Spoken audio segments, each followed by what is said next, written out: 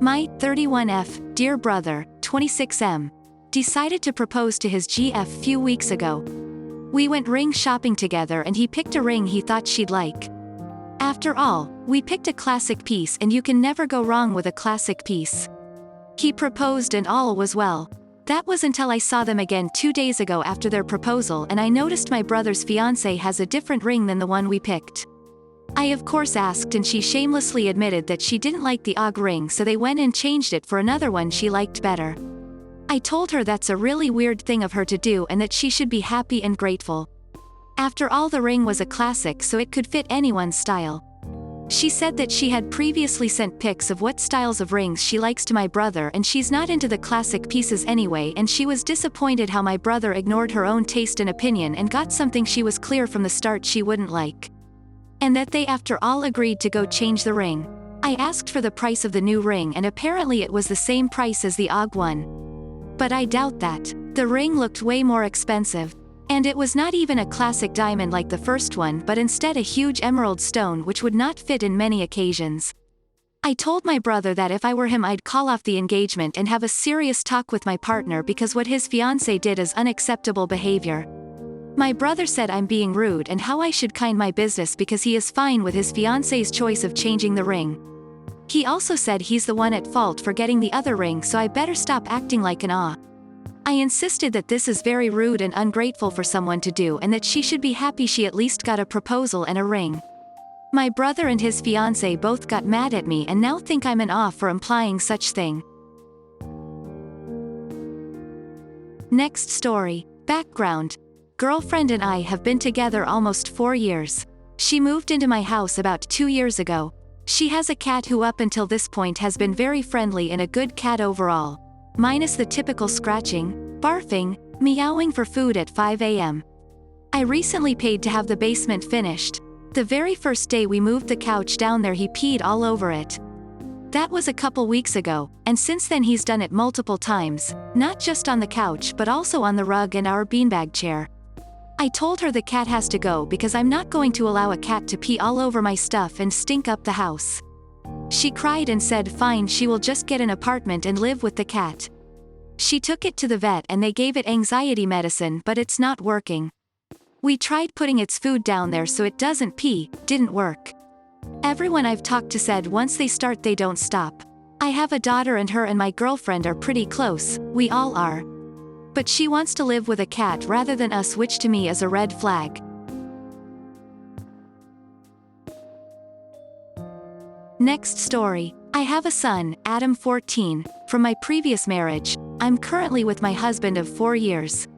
I handle everything related to Adam's school. He has a friend, Dean 14, that he started hanging out with a year ago.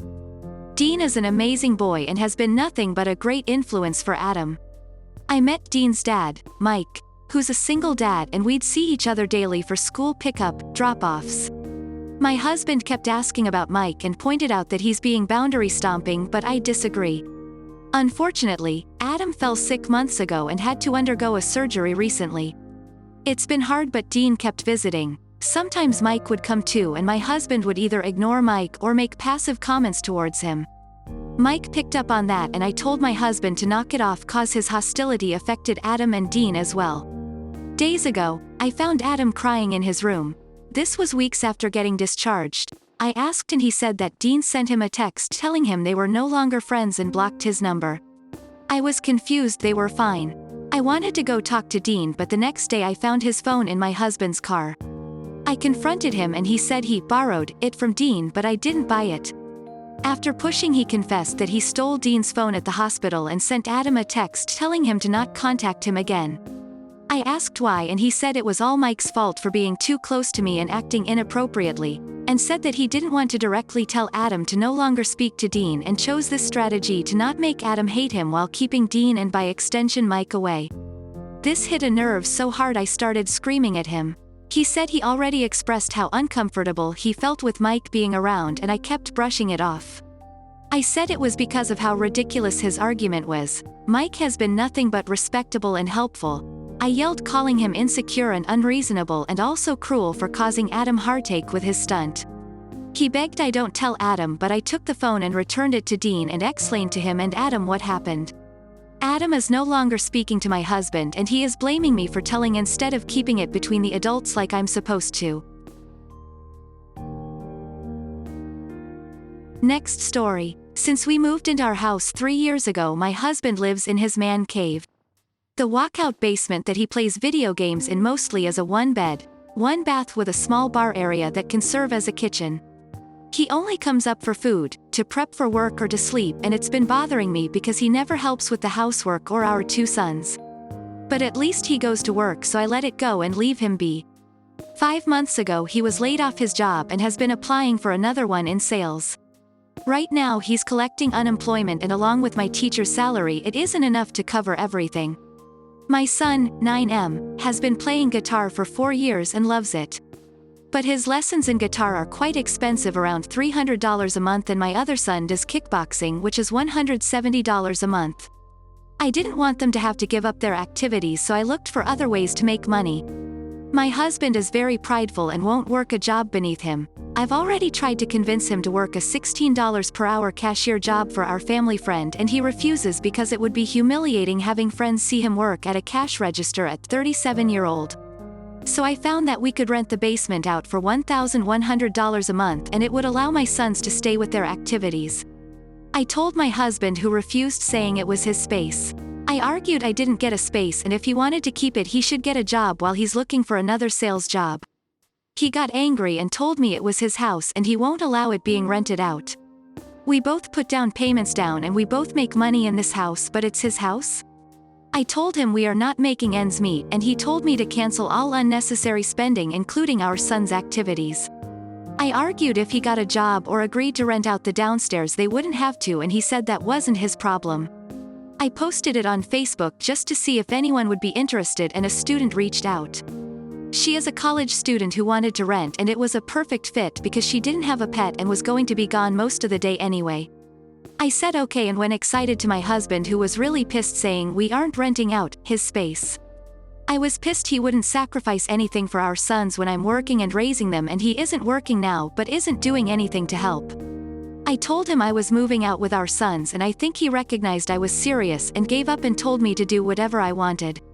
I moved his gaming stuff to our living room and the student moved in today. He is still pissed that I undermined him, and I feel kind of bad because I didn't want to make the decision without his agreement, but at the same time I feel he was selfish to refuse to either get a job or give up his man cave for our sons to continue their activities and keep us from going into debt. Next story. My cousin Rick and his wife Leah have an 18-year-old daughter, Meg. Leah mentioned to me, at a family reunion, that Meg was planning on going to college for computer science, just like I did. I didn't really want to get into my thoughts about that, so I said, cool, and Rick made a comment to me that he was hoping I'd have some advice for her since I'd done a CS degree too. I said, I'm not sure y'all are going to like what I have to say. Rick said, how so? And Meg said, I'd like to hear it. I said, okay, honestly my first piece of advice is, don't. If I could go back in knowing what I know now, I never would have started that degree. Leah asked what the hell I was talking about. Meg had an aptitude for it. Meg said that she also really loved it. She was in the robotics club at school. And she wanted to know what I was talking about. I gave her a brief rundown of my career. I was sold on the whole girl power, corporate feminism that I grew up with. I went to college and found the curriculum doable, but the amount of sexism and harassment I dealt with from peers and professors really difficult. I graduated and found industry was even worse than college. I left my first job due to sexual harassment from my direct manager and later his manager, and HR's retaliation against me for reporting. I found a new job and the cycle repeated.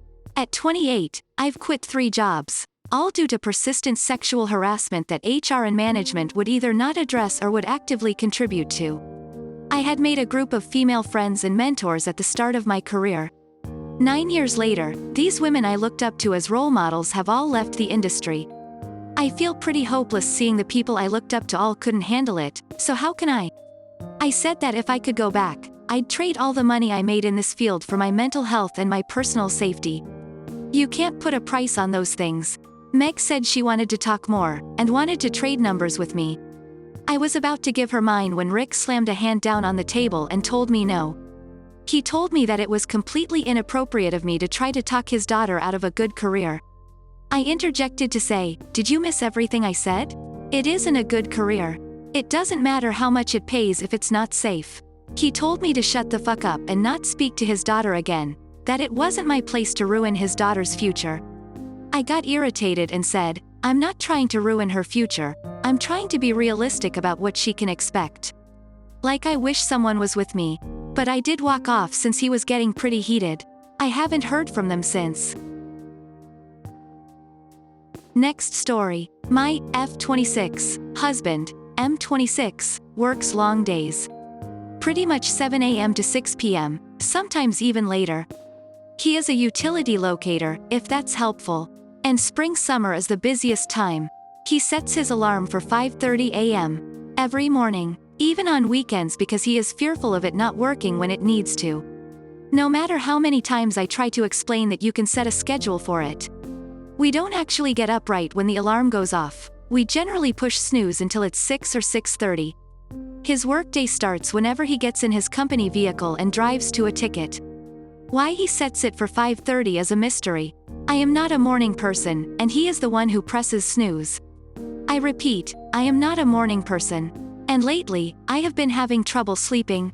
Yet my husband insists that I get up with him so I can make his work lunch. Well, today, I had a particularly hard time getting up. And while getting up, I was in a fog. So I moved slower than normal. I had decided to give him leftover pasta salad and make him a sandwich to go with it. Whilst I was in the kitchen, he received 3 emergency calls.